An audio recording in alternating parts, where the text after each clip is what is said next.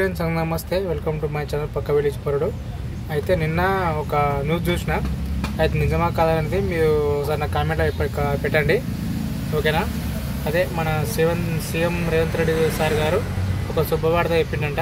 అది నిజమా కాదా అనేది నాకైతే తెలియకొచ్చింది. మీరే చెప్పండి, ఓకేనా? చూస్తున్నాను వీడియోను పూర్తిగా. ఇక చూడండి ఫ్రెండ్స్, నిన్న స్క్రీన్ షాట్ తీసుకున్నా. నిన్న న్యూస్ పేపర్ అనమాట. నిన్న ఇగో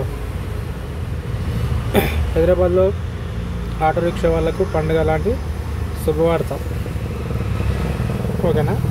చూడండి, మొత్తం మ్యాటర్ అవుతుంది ఒకసారి.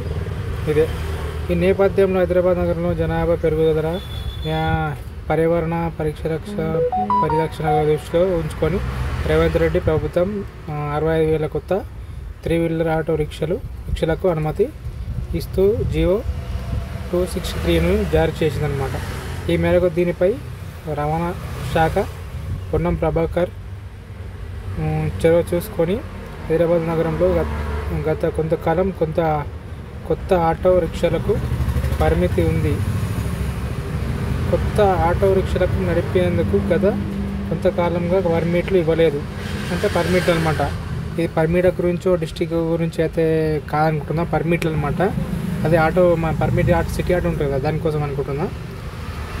ఓకే, అయితే ఇది తాజాగా తెలంగాణ ప్రభుత్వం జియో పెట్రోల్ టార్గెట్గా పెట్రోల్ డీజిల్ లేని ఆటోలకు అనుమతి ఇచ్చినట్లు తెలుస్తుంది. అయితే డీజిల్ ఆటో నడవయి, పెట్రోల్ ఆటో నడవయి.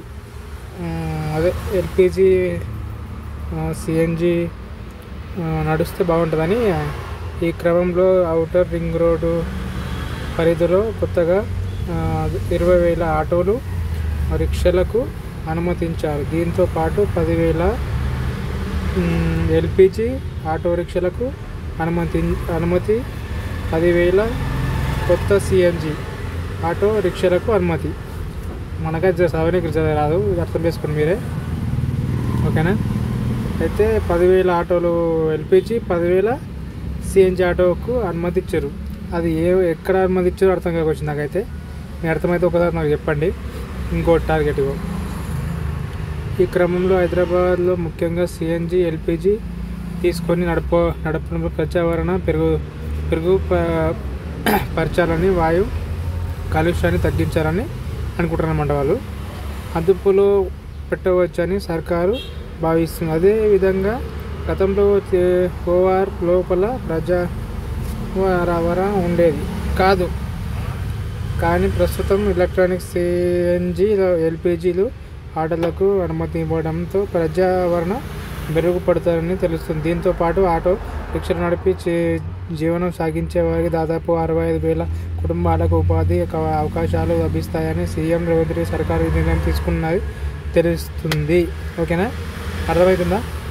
అయితే సిఎన్జి ఎల్పిజి నడిస్తే ఈ పర్యావరణ రక్షణ మంచిగా కాపాడుకోవాలని అనుకుంటున్నాను అనమాట సీఎం రెడ్డి సారు.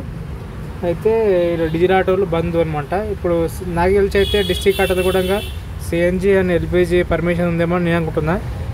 కానీ నాకేం అర్థం కాలేదు. నేను నిద్ర వస్తుంది. ఏమన్నా అర్థమైతే నాకు చెప్పండి. అదే ఇంతకు పర్మిట్ గురించి చెప్పిండా, లేకుంటే ఎల్పిజి ఆటోలు సిఎన్జి ఆటోలు ఏదైనా పర్లేదా? ఒకసారి నాకు అర్థమైతే నాకు కంపల్సరీ కామెంట్లో చెప్పగలరు. ఇది నిన్న న్యూస్లో వచ్చిందనమాట. నేను రికార్డింగ్ చేసుకున్నా, అదే స్క్రీన్ రికార్డింగ్ చేసుకున్నా. అది మీకు అర్థమైతే ఒక్కసారి ప్లీజ్, నాకైతే అర్థం కాలేదు. నిన్న ఆటో 12 నడిపించిన, నిద్ర వస్తుంది, కొంచెం అర్థం కాలేదు. మీకు అర్థమైతే నాకు ఒక్కసారి కామెంట్ కంపల్సరీ పెట్టండి, ఓకేనా? Thank you, bye.